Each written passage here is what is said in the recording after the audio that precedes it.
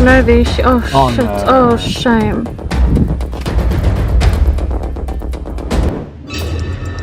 आखिर क्यों शेर बूढ़ा होने पर कर लेता है आत्महत्या? दोस्तों, क्या आपने कभी सुना है कि शेर बूढ़ा होने पर आत्महत्या कर लेता है? अगर नहीं सुना तो आपको इस वीडियो के माध्यम से हम वही सुनाने जा रहे हैं कि जो शेर जंगल का राजा कहलाया जाता है, जिस शेर से जंगल के सभी जानवर थर थर कांपते हैं, जिस शेर के दहाड़ सुनकर ही जंगल के बाकी जानवर अपना रास्ता बदल लेते हैं। आखिर क्यों वही जाबाज और खूंखार शेर बूढ़ा होने पर आत्महत्या कर लेता है? क्या शेर बुज़दिल होते हैं या फिर इसके पीछे की कोई और बड़ी वजह है? आखिर क्या है शेर के आत्महत्या करने के पीछे का राज? आखिर क्यों शेर को उसके झुंड के बाकी सदस्य उसे अपने झुंड से बाहर निकाल देते हैं? झुंड से बाहर निकलने के बाद शेर कैसे अपनी जिंदगी जीता है? जब शेर को झुंड में से बाहर निकाल दिया जाता है तो फिर उस झुंड का मुखिया कौन और कैसे चुना जाता है? शेर से जुड़ी हुई यही सारी बातें इस वीडियो में हम आपको बताने जा रहे हैं। इसके साथ ही आपको बताएंगे कि जैसे इंसान एक ट्रेडिशन के अनुसार चलता है, ठीक उसी प्रकार जंगली जानवर भी अपने समूह में एक ट्रेडिशन के हिसाब से चलते हैं और उनकी भी कुछ परंपराएं होती हैं। तो कहीं मत जाइए, जुड़े रहिए हमारे साथ इस बहुत ही इंटरेस्टिंग वीडियो के अंत तक।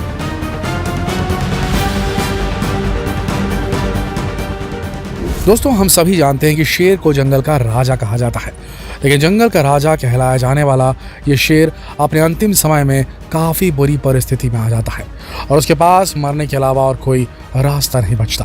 दरअसल शेर समूह में रहने वाले प्राणी होते हैं। शेर कभी भी अकेले इधर उधर नहीं भटकते, बल्कि झुंड बनाकर ही चलते हैं और झुंड में ही रहते हैं। शेर के एक झुंड में लगभग 15 से 20 सदस्य हो सकते हैं और ये सभी सदस्य आपसी तालमेल बनाकर रहते हैं। शेरों के झुंड में शिकार करने की जिम्मेदारी शेरनी की होती है। झुंड में 4 या 5 ही नर शेर होते हैं और बाकी सभी शेरनियां होती हैं। आपकी जानकारी के लिए बता दें कि शेर के बच्चे जब पैदा होते हैं तो 2 हफ्ते बाद उसकी आंखें खुलती हैं। जब तक अपने बच्चों की आंखें नहीं खुल जाती तब तक शेरनी लगातार अपने बच्चों के पास ही बैठी रहती है। इस दौरान झुंड के बाकी सदस्य उस शेरनी का पालन पोषण करते हैं। लगभग 4 हफ्ते बाद शेरनी के बच्चे चलना फिरना सीखते हैं। जब वो चलने फिरने लायक हो जाते हैं तो झुंड के साथ ही इधर उधर चलने लगते हैं। जहां जहां शेरों का झुंड निकल पड़ता है, शेरों के बच्चे भी उनके पीछे चल पड़ते हैं। लगभग 3 महीने के होने के बाद शेर के बच्चे भी शिकार करना सीख जाते हैं और शिकार करने में झुंड की बड़ी शेरनियों का सहयोग करते हैं। लेकिन इनमें से जो नर शेर होते हैं उन्हें झुंड से बाहर निकाल दिया जाता है। जी हाँ दोस्तों, ये बात सुनने में काफ़ी अजीब लगती होगी, लेकिन शेर के परिवार की यही परंपरा होती है कि वो अपने झुंड में नए आने वाले पुरुष शेरों को झुंड से बाहर निकाल देते हैं, क्योंकि ये पुरुष शेर ना तो शिकार करने के काम आते हैं और ना ही वे झुंड की सुरक्षा कर सकते हैं। इसलिए उन्हें झुंड से बाहर का रास्ता दिखा दिया जाता है। लेकिन अब ये सोचने वाली बात है कि जो नर शेर खुद शिकार नहीं कर सकता, वो झुंड से अलग होकर आखिर कैसे अपना पेट भरेगा? अपनी इसी समस्या पर वही शेर नया तरीका खोज निकालता है। वो शेर अपने ही झुंड से निकाले गए अन्य शेरों के साथ मिलकर एक नया समूह बना लेता है। उस समूह को लेकर वो शेर जंगल में दूसरे शेरों के समूह पर हमला कर देता है। हमला करने के बाद वो शेर उस समूह के मुखिया शेर को खदेड़ कर बाहर का रास्ता दिखा देता है। इसके बाद उस समूह का मुखिया बन जाता है।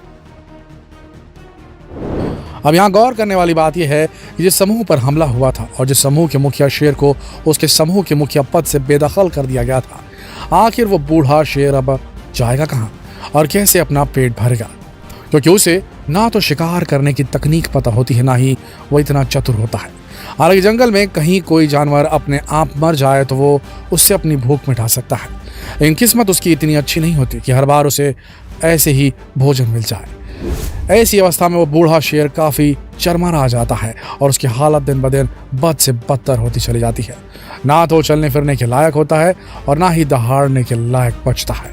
और उस बूढ़े शेर की अवस्था को देखकर ही ऐसा लगता है कि मानो वो आत्महत्या कर रहा है। दोस्तों, कुछ इसी प्रकार के अजीबोगरीब ट्रेडिशन जानवरों की लगभग हर प्रजाति में पाए जाते हैं। हम सभी ने बतख तो देखे ही होंगे। बतख की गिनती पक्षियों में की जाती है और ये दिखने में भी काफ़ी सुंदर दिखाई देते हैं।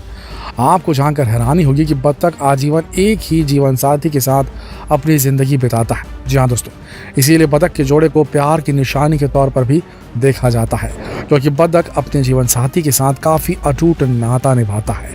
ऐसा हम इसलिए कह रहे हैं क्योंकि जब कभी किसी बत्तख के साथी की मौत हो जाती है तो उसका साथी बत्तख भी आत्महत्या कर लेता है, या तो वो ऊंचाई पर जाकर अपने आप को जमीन पर गिरा लेता है, या फिर चलती गाड़ियों भरे रास्ते पर आकर जान देता है। किसी न किसी प्रकार से वो अपने मरे हुए साथी के पास चला जाना चाहता है।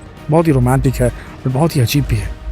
कुछ इसी प्रकार जंगली पांडा नाम के भालू में भी एक अजीबोगरीब रिवाज होता है। वैसे तो मादा पांडा केवल एक ही बच्चे को जन्म देती है, लेकिन कभी कभी देखा जाता है कि मादा पांडा एक साथ 2 बच्चों को जन्म दे देती है, लेकिन वो कभी दोनों बच्चों का पालन पोषण नहीं करती, बल्कि उनमें से एक बच्चे को वैसे ही मरने के लिए बेहाल छोड़ देती है और एक बच्चे को अपने सीने से लगा लेती है। इसीलिए जब कभी मादा पांडा को जुड़वा बच्चे होते हैं तो उनकी देख रेख करने वाले और उन पर नज़र रखने वाले लोग तुरंत उस मादा पांडा के दूसरे बच्चे को खुद के पास रख लेते हैं और अलग से उसकी देखभाल करके उसे बड़ा करते हैं। कुछ इसी प्रकार का अजीबोगरीब ट्रेडिशन पेंगुइन्स में भी देखा जाता है। दोस्तों, हम सभी ने पेंगुइन्स तो देखे ही होंगे। ये प्राणी हवा में तो उड़ते नहीं, लेकिन ये बहुत अच्छे स्विमर होते हैं। लेकिन आपको जानकर हैरानी होगी कि इनकी गिनती भी पक्षियों में की जाती है। जब ये ज़मीन पर चलते हैं तो ऐसा लगता है मानो कोई नाटा इंसान चल रहा हो। आपकी जानकारी के लिए बता दें कि जब कभी मादा पेंगुइन अंडे देती है तो अंडे में से बच्चे के बाहर आने तक उसे ज़मीन से ऊपर अपने पैरों पर ही उठाकर रखती है। इस दौरान वो कहीं भी नहीं जाती और अपने अंडे को एक पल के लिए भी अपने से अलग नहीं होने देती।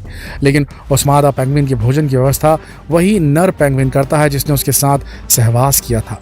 वो नर पेंगुइन समय समय पर उस मादा पेंगुइन को भोजन ला कर देता है और जब वो थक जाता है तो अंडे की देखभाल नर पेंगुइन करता है और मादा पेंगुइन भोजन लाने के लिए जाती है। इस प्रकार बारी बारी दोनों ही पेंगुइन्स पति पत्नी अपने अंडों की देखभाल करते हैं। है कि नहीं जबरदस्त सामाजिक व्यवस्था। जानवरों में भी सामाजिक व्यवस्था होती है दोस्तों। आगे सुनिए और भी दिलचस्प चीजें। आपने गौरैया चिड़िया के बारे में तो सुना ही होगा। जब से हमारे देश में और पूरी दुनिया में मोबाइल नेटवर्क का जाल फैला है तब से ही गौरैया चिड़िया के जीवन पर काफ़ी गहरा असर पड़ा है और इनकी संख्या काफ़ी कम होती दिखाई दे रही है। आपकी जानकारी के लिए बता दें कि गौरैया चिड़िया अंडे देने के लिए एक बहुत ही सुंदर घोंसला बनाती है और उस घोंसले में ही अंडे देती है। लेकिन अगर गलती से किसी इंसान का हाथ उनमें से एक भी अंडे को छू जाए तो गौरैया चिड़िया उस एक अंडे को अपने घोंसले से नीचे गिरा देती है। दरअसल वो ऐसा इसलिए करती है क्योंकि इंसानों के हाथ के जो सूक्ष्म जीव होते हैं उसके अंडे में लग जाते हैं, जिसके कारण बाकी अंडे भी खराब होने की संभावना बन जाती है। यही कारण है कि अगर गलती से इंसान का हाथ गौरैया चिड़िया के एक भी अंडे को लग जाए तो वो उस अंडे को अपने घोंसले से बाहर फेंक देती है। इतनी बुद्धिमान होती है गौरैया चिड़िया, पर आजकल देखने को कहाँ मिलती है गौरैया चिड़िया, ये भी तो बताएं आप। तो दोस्तों, आमतौर पर हमारी सोच होती है कि जानवर तो जानवर होते हैं और उनके पास दिमाग नहीं होता, लेकिन इन सारे जानवरों के बारे में देखकर और सुनकर आपको पता चल ही गया होगा कि जानवर भी एक अनोखे ट्रेडिशन को फॉलो करते हैं। उनकी भी एक ज़िंदगी है, उनका भी एक समाज है, उनके भी तौर तरीके हैं, उनके भी रिलेशनशिप्स हैं जिन्हें वो अटूट ज़िंदगी के आखिरी तक निभाते हैं। ये भी जीव हैं, इन्हें भी जीने का अधिकार है, पर हम इंसान सोचते हैं तो जानवर है, हमारे उपभोग की चीज़ हैं, हम इनके घरों को उजाड़ रहे हैं, इन्हें मार कर खा रहे हैं और पता नहीं क्या क्या। जितना बुरा है वो हम सब कुछ कर रहे हैं इसके साथ। इसका बदला प्रकृति हमसे गाहे बगाहे, कभी महामारी तो कभी दूसरी चीज़ों के चलते ले ही लेती है। ये बात हमें समझना होगा कि इस धरती पर जितने भी जीव जिंदा हैं उन सब के जिस्म में एक जान है जिसे हमें रेस्पेक्ट करना चाहिए।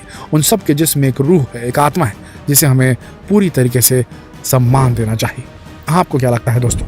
कमेंट सेक्शन में ज़रूर बताइएगा और ये सवाल दोस्तों से पूछने के लिए जितना हो सके इस वीडियो को शेयर करें फेसबुक पर, व्हाट्सएप पर, यूट्यूब पर। कल फिर मिलेंगे एक और रोचक जानकारी के साथ। तब तक के लिए आप सबको इस वीडियो के अंत तक बने